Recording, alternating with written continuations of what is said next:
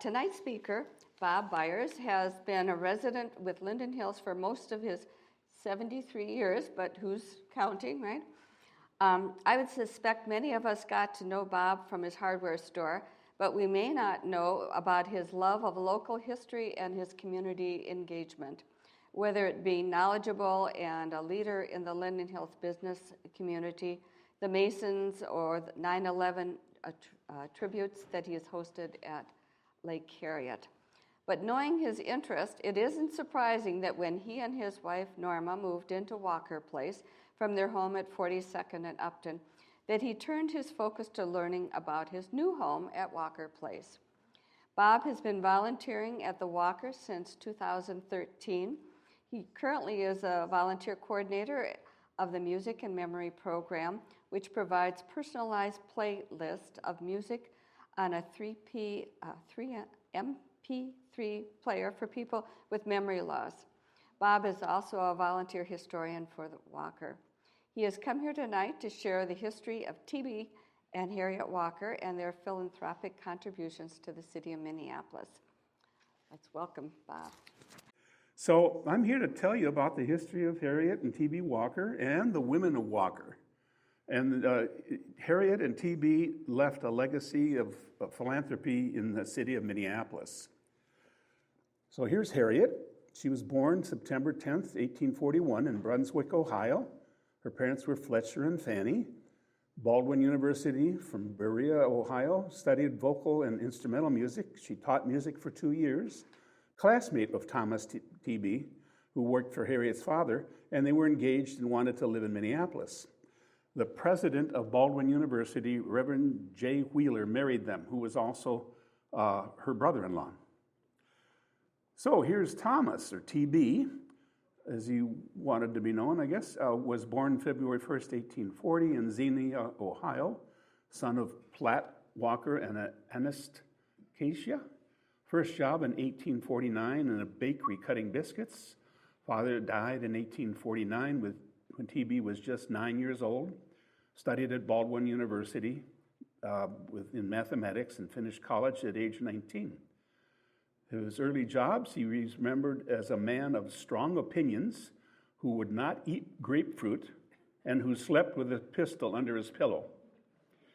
He accompanied his parents and siblings west from New York when his father died of cholera in 1849. On their way to California to seek fortune in the goldfields. After college, he filled a contract for railroad ties and taught school before becoming a traveling salesman of grindstones. And here's TB and Harriet's marriage certificate.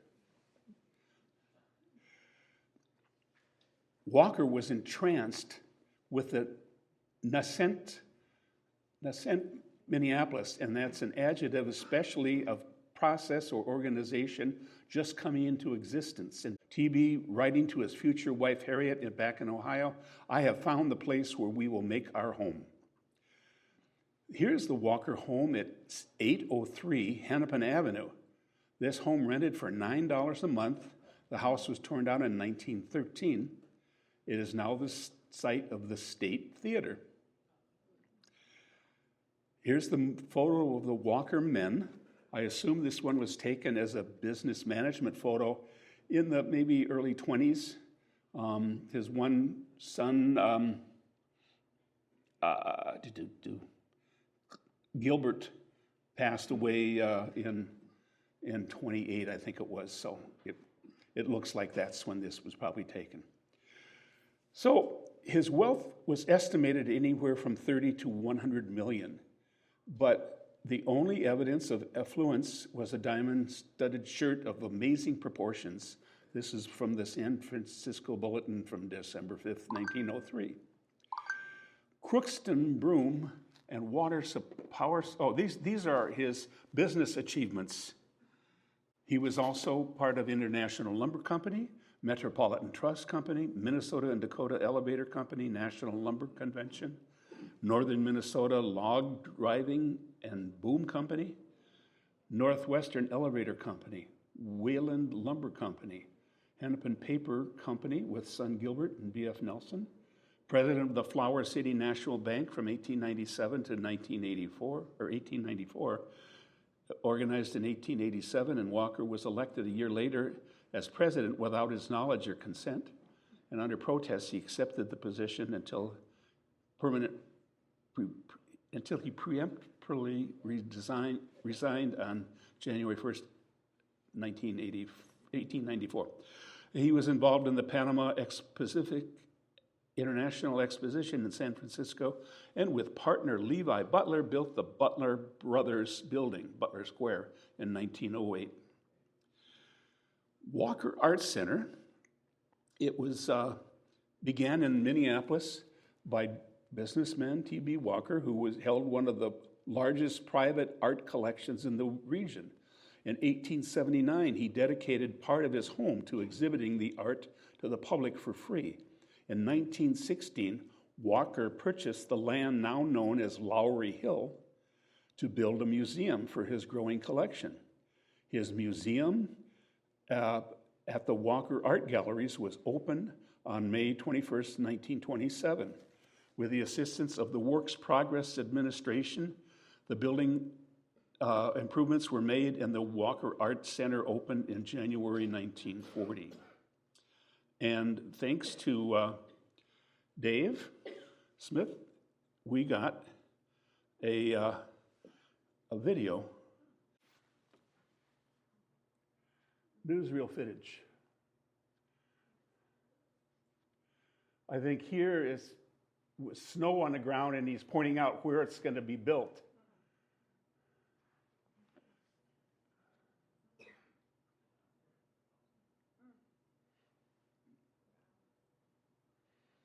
And there it is built. No snow on the ground. So.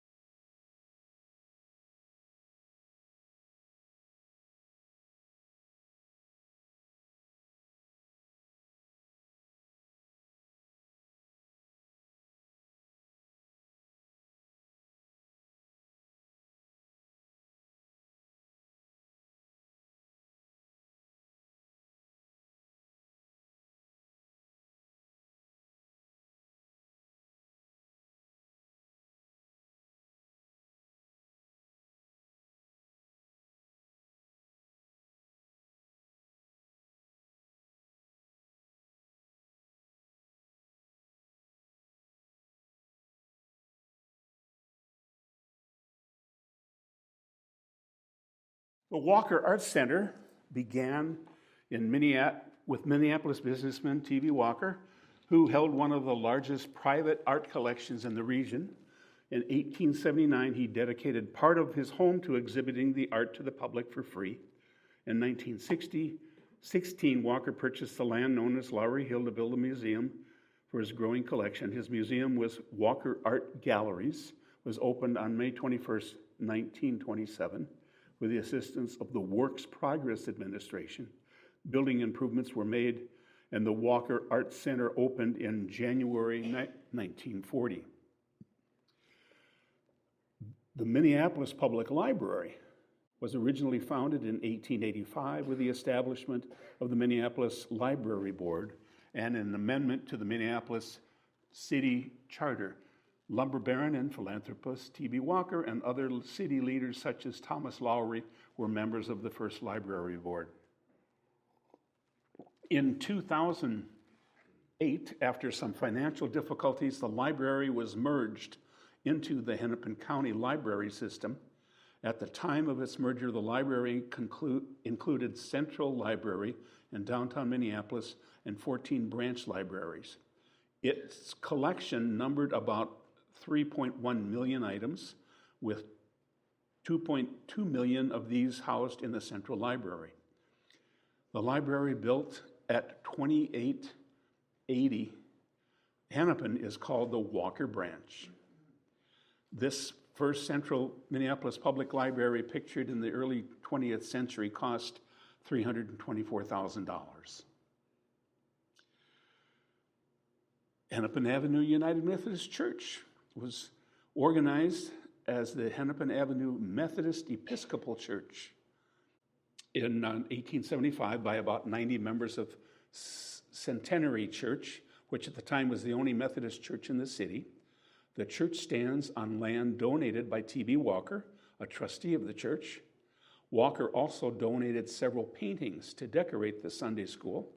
His wife, Harriet Walker, was a member, and today there's an art gallery on the second floor of Hennepin Avenue United Methodist Church. So Harriet, after her first years in Minneapolis spent raising her 8 children, she turned to charity work, focusing on the needs of women. She has not been afraid to soil her skirts by lifting her fallen sister even from the gutters.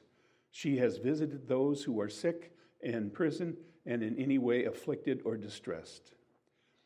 Harriet's involvements: she persuaded 4 local women groups to lobby the Minneapolis Police Department to hire a matron, a policewoman. They were able to choose the person in exchange for paying half her salary. The Women's Council of Minneapolis, the Hennepin Avenue United Methodist Episcopal Church, the nonpartisan National Women's Christian Temperance Union, which fought for the blight of the liquor curse. The WTCU had become political, and she quit, but rejoined the nonpartisan organization. The Minneapolis Association opposed to the further extension of suffrage to women. Wow. Although Twin City Methodism says she was an earnest advocate of women's suffrage. And Newsboys Home and the Kindergarten Association. It goes on and on. Abbott Northwestern Hospital was founded in 1882 as Northwestern Hospital for Women and Children. Harriet G. Walker, the wife of prominent Minneapolis businessman Thomas Barlow Walker, invited 44 Minneapolis ladies to a meeting. Although it was billed as a fine social event, Walker actually had the foundation of a charity hospital in mind. Dr. Mary Hood, who attended the birth of Walker's last child, Archie, explained the need for a hospital to treat victims of malnutrition, diphtheria, tuberculosis, typhoid, and pneumonia. Dr. Mary Whetstone appealed by saying that no one cared for the people for the worst diseases or smothered their dying pillows, or smothered in their dying pillows. Although the typical Victorian women of the time were not used to hearing the details of disease and disadvantaged lives, the ladies donated towards the foundation of the hospital. The first building in late 1882 was a small rented house on 3.5 Avenue South and had room for 10 patients, 2 nurses in training, and maids. This facility was hardly big enough for the needs of the community, so it moved to a second home in 1883, just a year later, at a cost of $3,000. In 1887, the hospital moved to a permanent location at the corner of Chicago and 27th Street at a cost of $36,000. The hospital's care was patterned after Women's Medical College of Pennsylvania, Dr. Hood's alma mater. Dr. Hood and Dr. Whetstone gave simple, practical care such as diet, cleanliness, and rest. The hospital also established a training school for nurses. In 1932, Northwestern Hospital celebrated its 50th anniversary. The building at the time could house 200 patients and was valued at $1 million. It had a staff of 81 student nurses, 16 graduate nurses, and 30 other members of its general staff. It was overcrowded at the time, so expansion was needed. Because the Great Depression, though, it took until 1941 before the West Wing and Central Pavilion were remodeled and original hospital building was demolished. After World War II, healthcare facilities received increased attention because of the need for care of veterans wounded in the war. Government money was distributed to ensure improved access to healthcare and technological advances in cardiovascular and pulmonary surgery techniques, better diagnostic methods, and extended care for critically ill patients receiving attention. In 1953, the Memorial Pavilion was completed with a post-anesthesia recovery room, expanded physical therapies, and a new classroom and an electrocardiograph machine. The next year, through a severe shortage of hospital beds in the Minneapolis-St. Paul area, spurred hospital organizers to organize a United Hospital Fund Drive. It raised $17 million for hospitals around the Twin Cities.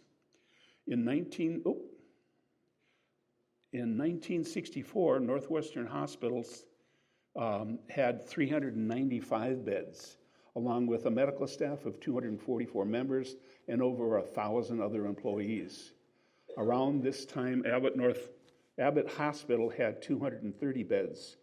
The administrators and board members of the two separate hospitals were concerned about the nation's growth boom. They also recognized the need for bigger and better facilities, the increase of government regulation, and the growing shortage of trained personnel who could operate increasingly complicated equipment. Since Abbott Hospital and Northwestern Hospital had similar missions and traditions, the two hospitals merged on January 1st, 1970. Here's Abbott Northwestern Hospital as it appears today at 26th, 27th in Chicago. It's a big campus there, isn't it? So, how Walker Methodist got its start. In 1876, Bethany Home, the Walker campus, is built on the former site of the Bethany Home for Unwed Mothers, established by Harriet Walker and 3 other Minneapolis women in 1876. When Harriet Walker passed away, her family pledged funds for a new facility. In 1925, the new Bethany Home at 3701 Bryant Avenue South was opened. That's now Walker Place. 1930, Harriet Walker Maternity Hospital. A new philosophy had evolved, and there was a desire to shake some of the stigmas attached to the Bethany Home, as well as to offer a broader range of services. The board of directors met to formulate plans, and the Harriet Walker Maternity Hospital was incorporated. This hospital served unmarried pregnant girls, married women seeking maternity care, and convalescing older women who were otherwise alone. Walker Methodist Home in 1945, the social environment kept changing and the need for a maternity hospital declined while the need for a home for the elderly grew. About the time that the new hospital was opened, the Norwegian-Danish Conference of the Methodist Church was joining the Minnesota Conference. As a result, Elam Homes for the Aged, operated by Norwegian-Danish Conference, was expanded and renamed the Methodist Home. Richard C. Raines, pastor of Hennepin Avenue United Methodist Church, and Archie Walker, son of Harriet Walker, and congregation member, brought the Methodist Home and the Harriet Walker Maternity Hospital together. On November 6, 1945, the Walker Methodist Home opened its doors. So here's the Bethany Home for Unwed Mothers. It was, now it's referred to as Walker Methodist Home. Had its beginnings in 1876 through 1930, Bethany Home. Harriet Walker and 3 other women established the original Bethany Home for Unwed Mothers, where Walker Methodist Health Center now stands. The Sisterhood of Bethany began in 1876 by Harriet, Abby Mendenhall, Charlotte Van Cleve, and Euphemia Overlock, who established the original Bethany Home for the reformation of fallen women. A home for unwed mothers and their children. In 1930, Bethany Home became the Harriet Walker Maternity Hospital and broadened its services to include married women with limited resources seeking maternity care and older women seeking board and care. In 1945, the Walker Methodist Home opened its doors following the merger of the maternity hospital with Elam Home for the Aged, and Walker Methodist Health Center opened in 1965 and became one of the largest health care facilities in Minnesota. A new healthcare center and housing community, Walker Place, opened in 1983. So this is about the Walker Methodist Health Center. So reputation in 1957, reputation spread and 2 new additions were constructed. A 5-story health center and a chapel named in honor of Archie and Bertha H. Walker. In 1965, Walker Methodist Residence and Health Center was the first of its kind in the country to embark on a plan of financial support based on a small entry fee and monthly payments. Previously, retirement homes laid claim to the estates of new residents. The reputation of the Walker Methodist home spread, and 2 new additions were constructed in 1957. Shortly thereafter, under Archie Walker's leadership, new construction began on a 5-story health center and a spired chapel named in honor of Archie and Bertha H. Walker. This new facility would provide skilled nursing and physical therapy services. When it was completed in 1965, the Walker Methodist Residence and Health Center became one of the largest care facilities in Minnesota. In 1983, Walker built a new health center named after Burton C. Gamble. That's a Gamble-Skogmo company. In 1983, Walker Methodist Health Center opened Walker Place, today's Walker campus, to provide a more comprehensive array of services to. 2 years later, Walker opened its first retirement community called Walker Place. Today, this campus serves over 600 seniors through a continuum of care. Today, Walker Methodist Incorporated has grown to a nonprofit organization serving seniors at 11 locations for over 75 years. Today, in addition to skilled nursing care, Walker provides seniors with housing, assisted living, rehabilitation, Alzheimer's and dementia care, adult daycare and dental clinic, and a host of other programs that enhance the health, mind, and spirit of today's older adults. Walker sold Walker Methodist Residence and Health Center in 2023. It is now called Lake House, and it is a for-profit ownership.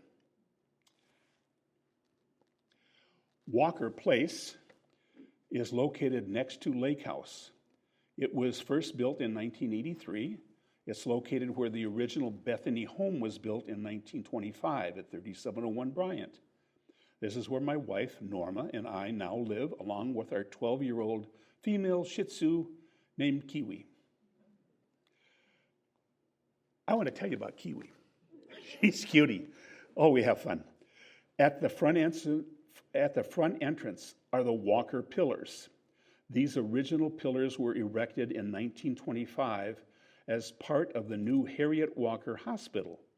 They have been retained by Walker over the years and have come to symbolize the strength and steadfastness of our senior community. Walker, Minnesota. Following the construction of the railroad to the area, Patrick McGarry founded Walker in 1896. He named the settlement after the logging giant Thomas B. Walker in hopes of luring construction of a sawmill. Thomas Walker instead chose to found and set up operations nearby Akeley because his wife's moral objections to the bars and brothels in Walker. It was a rough frontier town. Walker developed with businesses, jobs, and other services generated by 4 other logging companies. Harriet passed away on January 13th, 1917, at the age of 75 in New York State while accompanying TB on a business trip.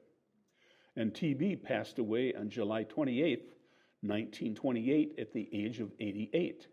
They're both buried at Lakewood Cemetery. And here's a photo that we don't know when. Anyone's guess? 1900? I don't know. So here is the women of Walker Methodist.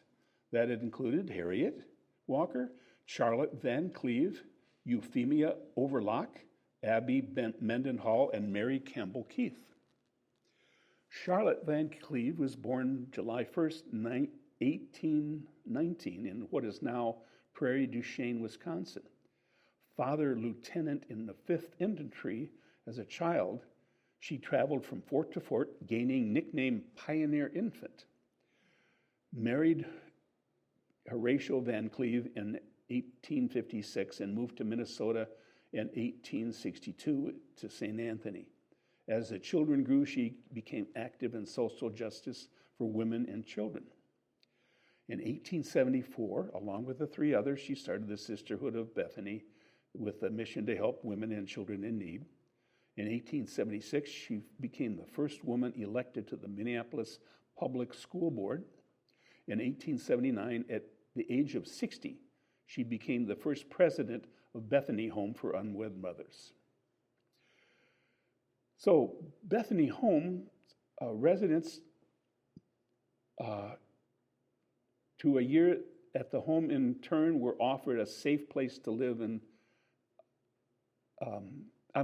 residents committed a year at the home and in turn were offered a safe place to live and to learn skills. Bethany had an agreement with the city of Minneapolis. Women arrested for certain crimes could go to Bethany instead of jail. This is from the History of Hennepin County, Minnesota, published in 1881. Said there is probably no woman in the state who has done more to lighten the burdens on the shoulders of the poor, the sick, the aged, and the distressed than Mrs. Van Cleve. Charlotte was such a powerful voice for national women's suffrage that she was named an honorary vice president of the National Women's Suffrage Association, despite having no formal involvement with the organization. In 1905, 2 years before her death, Charlotte experienced yet another first, riding in her first automobile to Minnesota from St. Anthony to Fort Snelling. Since her death in 1907, Charlotte and her husband's Horatio legacies continue with Van Cleve Park and their home in the southeast Minneapolis, which is included in the National Register of Historic Places. In 1938, Charlotte Van Cleve Good Citizens Club was established and was active until 2003. The club carried out many projects, including camp scholarships for underprivileged children, donations to school libraries, and assisting residents of nursing homes inspired by Charlotte's commitment, work, and life. Euphemia Norris Overlock, as published in the 22nd and 23rd annual reports of the Sisterhood of Bethany, years ending October 1st, 1897 and 1898, written by Harriet Granger Walker, Miss Overlock is one of 4 women who started the Sisterhood of Bethany, which eventually became Walker Methodist. Euphemia was born in Windsor, Maine on March 25th, 1830, and died in Minneapolis, Minnesota, September 26, 1898. She was married to Horace Overlock in New York in the year 1950. 7 years later, they moved to Minneapolis, where he died after a lingering illness in 1857. She was a mother of 5 children, 3 of whom, all sons and all married, survived her, as also 8 of her 11 grandchildren.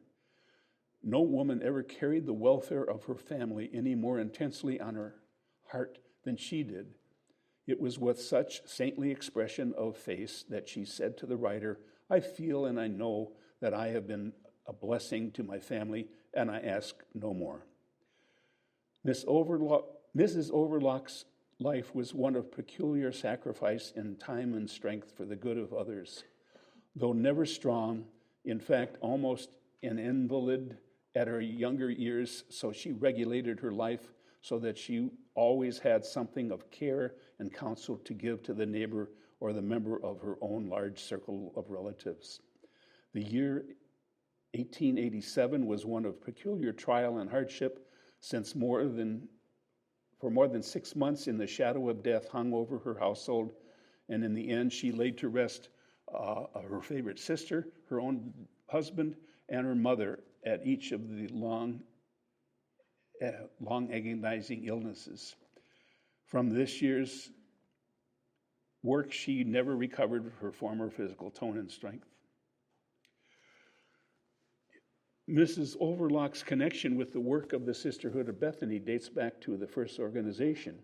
She gave to it 23 years of faithful, valuable labor, counsel, and prayers. For very many of the last years, she filled the office of vice president and always that of wise and safe counselor. Her judgment was always calm, dispassionate, clear, and her views based upon the strongest impressions of justice and right. How many tangled skein has her farsightedness unraveled for us? How many a hard task has she quietly performed for us while we yet waited and asked, whom shall we send? It will ever be a melancholy pleasure to us to think that the last working day of her life she spent with us. Together with our superintendent, she passed the days soliciting aid in the erection of a new barn upon our place. When parting at night, her companion said, "I wish I could take you clear to the door." She smiled in replay, and as only she could smile, and said, "It is only a step over the hill." Prophetic words.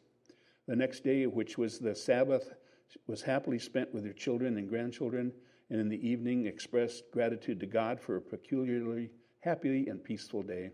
Then she laid herself down to sleep.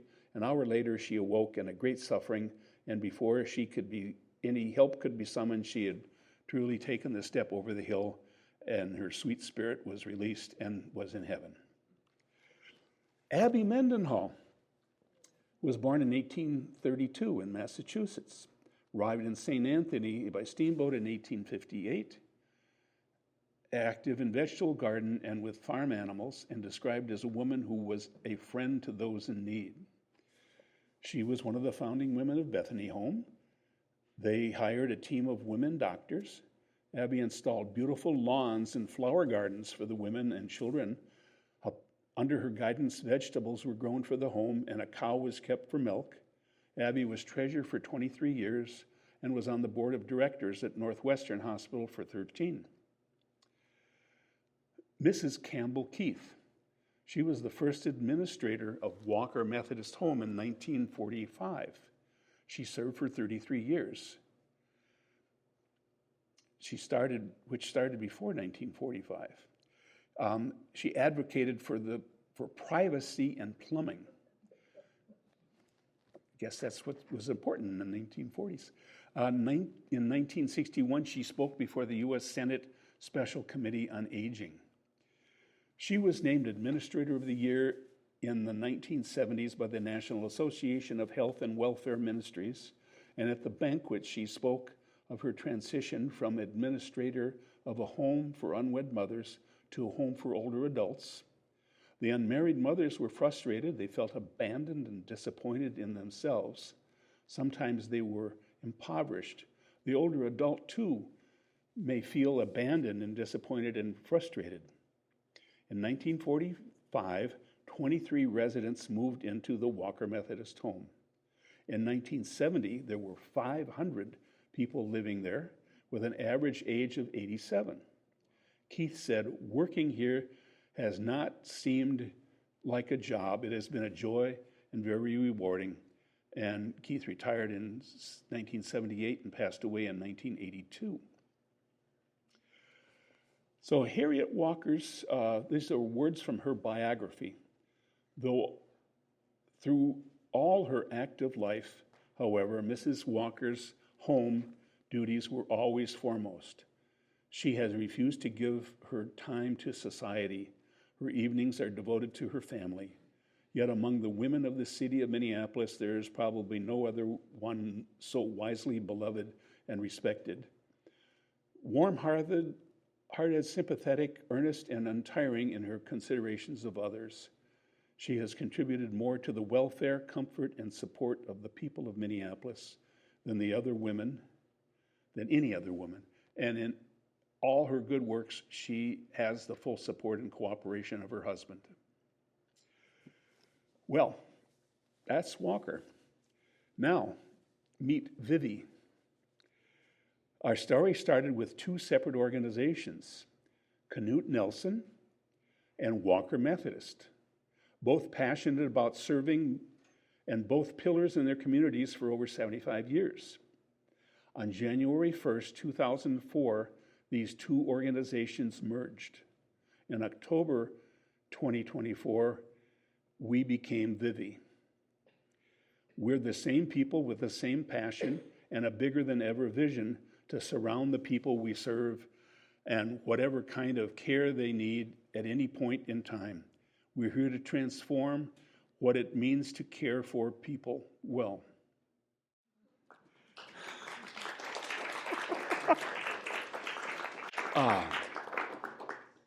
Okay, who's got questions? I was wondering what the connection was with the Gamble family. I worked for Gamble Skogmo for a few years when I was young. I believe It was my Burton first job. had a connection with Walker and decided to donate, some of his wealth to Walker. I didn't find out any more than that. Although in the Walker Health Center, until Lake House moved in, there was a little hardware museum, and it had some of the Gamble Skogmo private label items in that little museum. It was in the front entryway straight ahead, and I enjoyed going in there. I got to tell you, I just finished my 48th year as a Santa Claus. I started in 1976 with my Shriners group, and the first year we performed at Walker Methodist Health Center. And this past Christmas Eve, I was caroling at Walker Methodist Health Center as Santa Claus. So it's coming back. That's lots of fun. Who else has questions? Not actually a question, a clarification. The way it was phrased, it sounded like the WPA had something to do with the original building in 1927, and that couldn't have happened because the WPA didn't start till the 30s. So that must have been an addition in the 1930s, correct? Are you referring to the Bethany home? No, to the Walker Art Center that was opened in Walker Art Center. 1927. Yeah. So it's unclear to me. No, the WPA would have had to done an addition. It would have had to been in the 30s. The one that was opened in 1940 would have been, because there was no WPA in 1927, obviously. This presentation was put together by another one of Walker's people, Kathy Shute, and I was following her notes. Probably just the commas missing. But But yeah. I know this much, that Lowry Hill basically was kind of owned by Walker. He bought it from Thomas Lowry. And so on both sides, you've got the Walker Arts Center and you've got Hennepin United Methodist Church. So there's a whole lot of Walker going on there in that same area. Any other questions or comments? Does anybody know that there's a connection between Walker and the city of St. Louis Park? Yeah, okay. In fact, there's a Masonic Lodge over there, and it's on Walker. And it's in that area, it was property that they were trying to develop and get homes built and all sorts. It was on the west of Bede-Makaska, and it all fell on bad times, and Walker eventually, sold off and pulled out. I mean, he did okay though, being $30 to $100 million worth at one time. Well, he was developing the area to grow sugar beets, and he had quite a attractive offer, a home and, I don't know, 20 acres or Yeah. some amount of land if they would agree to grow sugar beets. The problem is they didn't have a adequate disposal of the waste materials, and eventually they got shut down. They had been discharging to the creek, and then ironically, creosote outfit moved in there, and I think it was one of the first sites to be remediated for pollution. Creosote, that's another story, isn't it? I also read that Walker Street in St. Louis Park is part of the old downtown center of St. Louis Park, which is over by St. Louis Park High School. I'm excited about the fact that I've moved into a place that feels like family. Oh, there's maybe a half a dozen of these in the back. I don't know if there's still any left, but take one that is on Walker Place. And it's got the old Walker instead of the new Vivie. But anyways, yeah, just living there since the 1st of September, it is such a wonderful community. Everybody treats you just like good neighbors, like here in Linden Hills. And that's a beautiful part of that side of Lake Harriet, East Harriet. That's what I moved to. By the way, my family home when I was born was 4259 Sheridan. So that's a house now gone where the 3-story townhouse is. And that we would walk to church at 44th and Upton. And Dad would walk a half a block to work at the hardware store. So it's the end of an era with me leaving Linden Hills officially tomorrow with the selling of my townhouse. So Where did you go to school? it's been quite a... the only time it wasn't in Linden Hills was in my school years, from kindergarten through high school, was all in Morningside. Not very far from Linden Hills, but just the other side of France. And then a couple years in vocational school in Albert Lea, and then I moved right back here to Linden Hills after that. So, in fact, I used to live in John's building at the corner of 43rd and Linden Hills Boulevard back in the 70s. Who runs Vivie?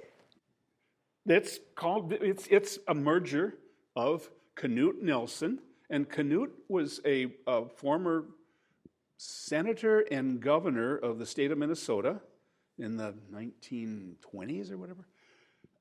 In 1945, in his estate, he bequeathed land and such to for the men of the area, of the Alexandria area.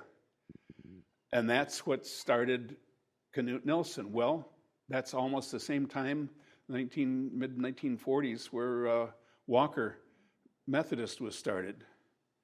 So now Walker Place, now here it says Walker Methodist Place. In the future, we're going to be known as Walker Place by Vivie. So we still retain the Walker, but the Methodist is dropped out. But Vivie is amazing. They're really getting well organized to continue to do the work we do as a nonprofit care facility for seniors. In that, my mom's last period of hospitalization was in the care center at 3737 Bryant. Before they said it's time for home hospice, and she went home, and that was a great facility. I visit people there all the time. It's so fun to see them. Okay. Thank you. Thank you all for coming. It's a delight to see you all here, and glad we had good weather so we didn't have to freeze too bad or slip and slide. But anyway, thanks for coming.